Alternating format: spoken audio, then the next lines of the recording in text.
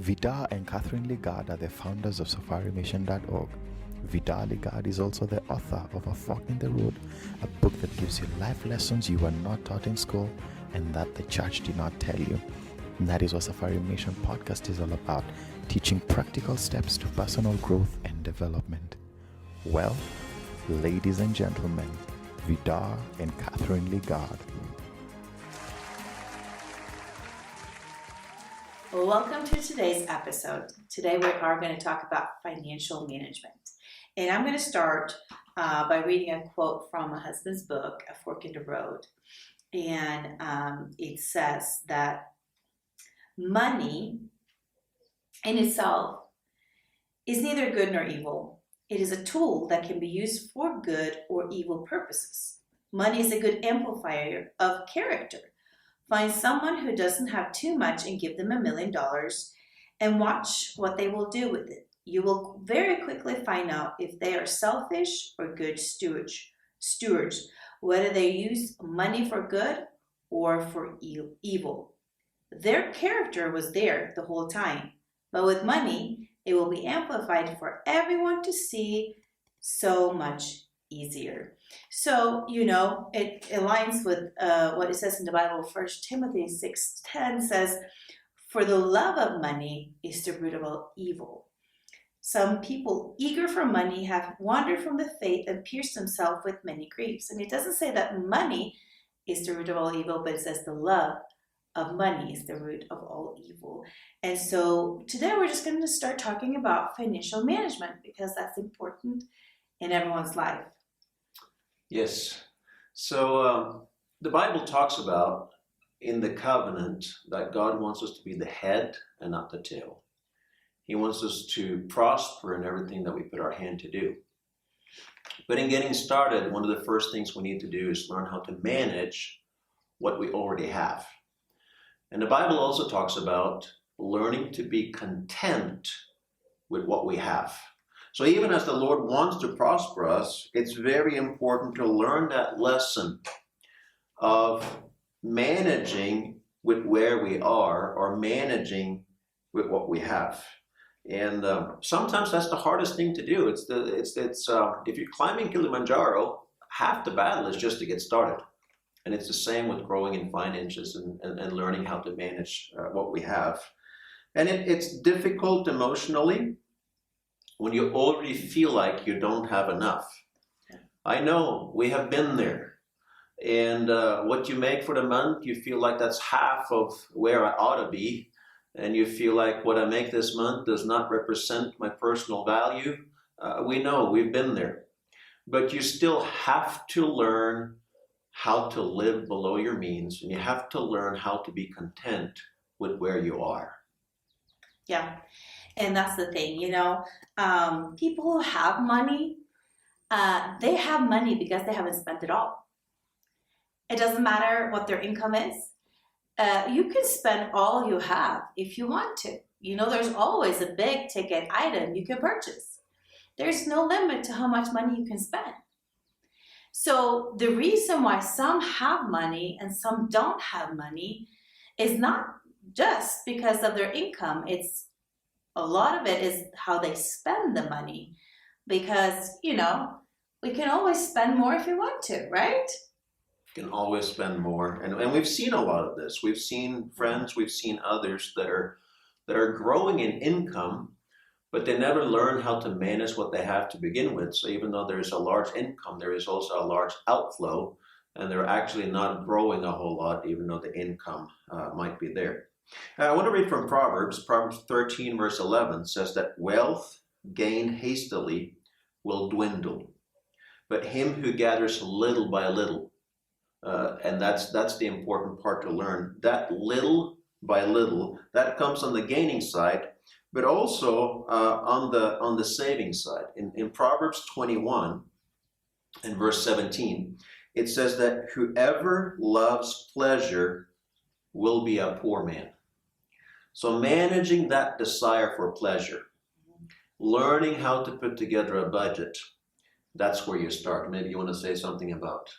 the budgeting Well, side of things. Yeah, but even before you can start budgeting, you need to track your own income and expense. So the first thing you need to do is that you need to know how much you make every month. If you don't know how much you make every month, you need to find out. You need to put it all down in writing, and you need to see how much money do I really make. And then you have to find out how much do I spend. Because most people, they might know how much they make, but they don't know how much they spend. You know, they just spend until it's empty, and when it's empty, it's empty. That's a great way to end up with more month left over at the end of your money. Yes, exactly. And so it's I think a lot of people can relate to that concept. So what do we do to change that? Because it is possible to change it. And so the first thing you have to do is that you have to write down all your expenses. So take the next month, and every time you spend money, write it down. Have a little notebook with you, and whenever you have to spend any money, you write it down. And at the end of the month, you go back and you categorize it. How much did I spend on food? How much did I spend on transport? How much did I spend in rent? And then you add up all these figures together, and then you see what your outgo is. Where does the money go? Because we feel like money can just fly away, and it can. So let me re-emphasize, because it's super easy to explain how to do it, but you have to have the discipline of actually doing this exercise. It doesn't come by listening to us talking about it. You have to do it yourself. So get a notebook, get a piece of paper, get some place that you carry with you at all times. And any and every single time you spend any kind of money, you have to write it down. Then after a period, 1 week, preferably a whole month, then you have a full listing of everything you've spent. Now you categorize it, and you match it to what your budget categories need to be. Yes, so that would be the next step. But even as you look at your expenses, you can also take the evaluation and ask yourself, what can I cut? Sometimes we buy food expensive places. And maybe there's cheaper places to buy the same food. And maybe there's a cheaper brand you can buy that is the same food. These are all tricks that you need to look at and come up with what can work for you so that you have more money when the month is over. And you're not left with too much month at the end of your money. That has to be one of the beginning steps, is learning to spend less every month than what we are making. And you start by keeping track of everything. Very often when somebody does this for the first time, you'll be surprised at how much you're spending in certain categories. Mm-hmm. Sometimes it's maybe you're buying a donut or a particular food item, and you find out, oh, I'm doing that almost every day throughout the month. Well, 20 days out of the month, buying something for $2, that's $40. Or if you're buying every single day, 20 days, 250 shillings, well, that's 5,000 shillings a month. And so you usually find out that there is some particular habit that you have, very common. Mm-hmm. And now you need to look, the most difficult person that you ever manage, that person, you have to look them in the mirror. It's myself, it's yourself. And then you have to manage that habit. And a lot of times it leaks in small amounts, because we all are aware of a big purchase, and we all are very conscious about a big purchase, and we're like, yeah, I can't afford that. But we think we can afford all these small amounts, but we don't realize that these small amounts adds up to a big amount at the end of the month when you end up doing them every single day. So, it's the small amounts that leaks the big money, because like you said, you add up all these small amounts and you see how much it really adds at the end of the month, and you realize, wow, I had no idea I was spending this much on this, habit that I have, whatever that habit might be. For some, it's food. For other people, maybe it's transport. It just varies from person to person. But, so what you need to do is you need to discipline yourself. So when you know what your expenses are currently, what your income is currently. Now you need to evaluate what you can cut, and you have to come up with a budget. And a budget is a plan for how you're going to spend the money. So after you have tracked your expenses, you can look at what you spend money on. Now you need to think about, is this wisely to spend the money this way that I'm spending it? Can I make some adjustments? And then you have to start planning for the next month, and that's when the budget comes in. Budget is a planning tool. So what you do is you put a plan for how to spend your money. You know your income. So your income should be in one category. And you have to make sure that when you count all the expenses up, it's less than your income. If you keep spending more than you make, you're getting into debt. Or slavery. It's a mild form of slavery is really what that is. Yeah, because you have to pay it back, right? And it causes all kinds of issues sometimes. So what you need to do is that you set up a plan for your expenses, call a budget. And so what you do, you put down, first of all, you need to put away money for tithing. You need to be tithing. If you believe the word of God, we should all tithe, because there's a blessing in giving tithe. And you should be giving. You should set a money aside for giving. What's your giving budget? Tithe is 10% of your income.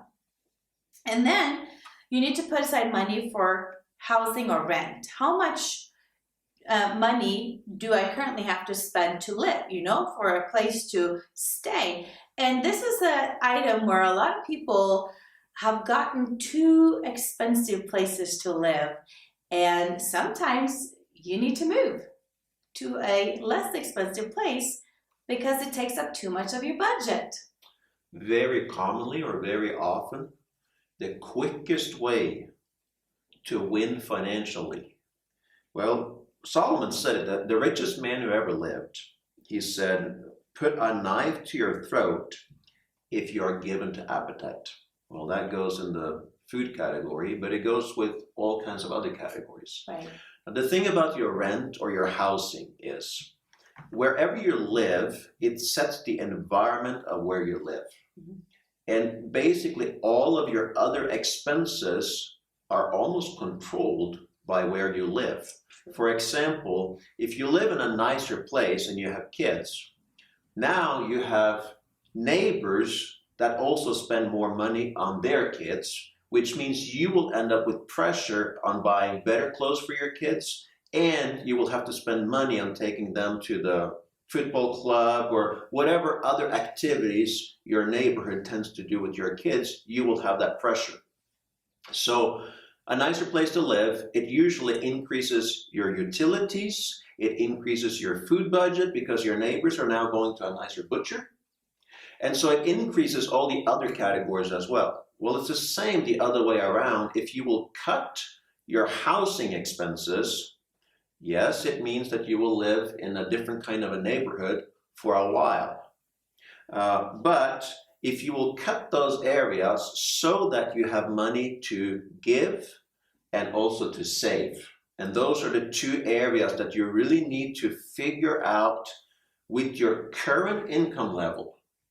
How can you give from it, and how can you save from it? And it's very common to feel like I can't give, I can't save because I already don't even have enough for my current expenses.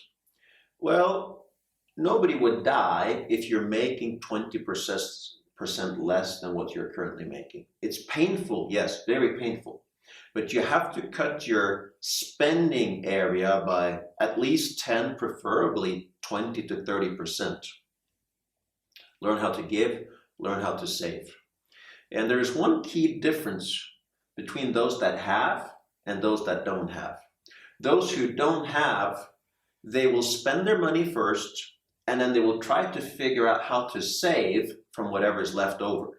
Well, you'll not have anything left over, so there is no saving happening. There's always a need. There's always a need. And even people that have money, they all feel like they have needs, but they set those things as goals, and they have learned how to postpone those things in order to control their spending. Yeah. So those that have, they focus first on giving and on saving, and they set goals for giving and saving, and then they struggle or scramble or figure out how to survive on whatever is left over. And that is one key difference between those that don't have and those that do have. True. Yeah, so in your budget, we talked about housing or rent or wherever you live, you got to pay for that. So what is that? And is that something you really can afford, or do you need to reevaluate where you live? And, that's important. And the other thing is utilities. It kind of goes with housing. How much do you spend on electricity, water, internet maybe, or whatever you might have? How much is that? You need to find that out, and you need to add it all up. Transportation, we all need to go places, whether you take public transportation, whether you have your own vehicle, either way, it takes money to go places. And so how much do you spend in that every month? Going to your work, going to your kids' school, going to stores, going to church, wherever you go, all of these things takes money. So you need to find out how much you're currently spending. And then if it's too much, you need to reevaluate. How can I make it less? I can think of one friend, I can think of many, but one in particular. Big car, wonderful, status symbol, but oftentimes you get a car that is so big that you end up struggling financially. Common issue. Well, get rid of that big expensive car and get something that just has wheels, that is reliable, not so cheap that it falls apart the moment you take any kind of a curve, but one that is reliable but as cheap as possible. Start there. And then when you do that, and if you learn how to spend, how to save, how to invest, how to give and learn those things, wait until you're in a financial situation where you can buy 2 or 3 cars of the kind that you really want. That's when you really have enough money to buy the car you want. If the car you want will take all the money you have, then you really don't have the money to get that car. Yeah, because a car brings in more expenses. A car is never an asset. No, it's a liability. It is always, an accountant will call it an asset, but in our world, we don't call it an asset unless it produces money for you. So it really is a liability. It is an item that will cause you to spend money. Like one of my friends said, getting a boat, that's a black hole to throw money into. Mm-hmm. And sometimes a car can be like that. Yeah, because you have to maintain it, you have to change oil, you have to, if anything breaks, you have to fix it. It takes a lot of money. So think about those things. And then food. Food is a category where you can spend a lot of money or you can reduce it. It depends on where do you go shopping. What kind of food do you choose to eat? And you need to look at that in light of your entire budget. What can you afford to eat at the moment? And, there's ways to reduce a lot of expenses there. And maybe you just allow yourself a good meal once a week and then cut back on the other days just so that you don't spend all your money eating. The other thing is kids' expenses. If you have kids, they cost money. And so you need to factor in that, for their school, for their activity, for their clothing. Kids grow, so they need new clothes all the time. So that takes money. And then, of course, your own clothing, you might need to have to renew your wardrobe yourself. But all these things should be in a budget. And even if you want to allow yourself to go out and do a little bit of fun, some fun money, that should also be in the budget. And, you should, and I think I forgot to say saving. You have mentioned saving many times, but I said tithing and giving, and then saving should come next. There should be a place in the budget for saving that is just put aside for yourself for the future, whether it's long-term saving or short-term saving, you should save, and that should be in your budget. So when you look at all these expenses, so tithing and giving, saving, housing, rent, utilities, transportation, food, kids' expenses, your own clothing, and fun money, you have to add all of those up and then make sure that figure is less than your income figure. And that can be hard to balance. I've been there trying to balance that, and it's just like, the numbers are not working. The numbers are not working. Well, you have to make them work. And that's when you have to make some lifestyle changes. And that's the hard part. That's the hard part. That is the hard part. Yes. Do you have to move to a cheaper place? Do you have to eat different food? Do you have to travel less? Travel by different means of transportation? All these things you need to look at. Do I need to bring my kids to a different kind of school? All these things are hard choices to make. It's just that there's no way without it. It's just the only way to do it.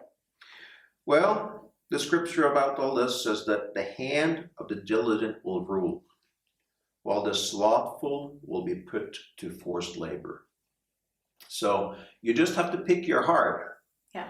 It is hard not to discipline yourself, because the consequences is just being put to forced labor, being in debt, being in some sort of mild slavery, really is what these things are. But if you will be diligent up front, implement the things we're talking about, then the hand of the diligent will rule with time. So start where you are, take action, and you'll see the hand of God upon your life, and you'll be coming up.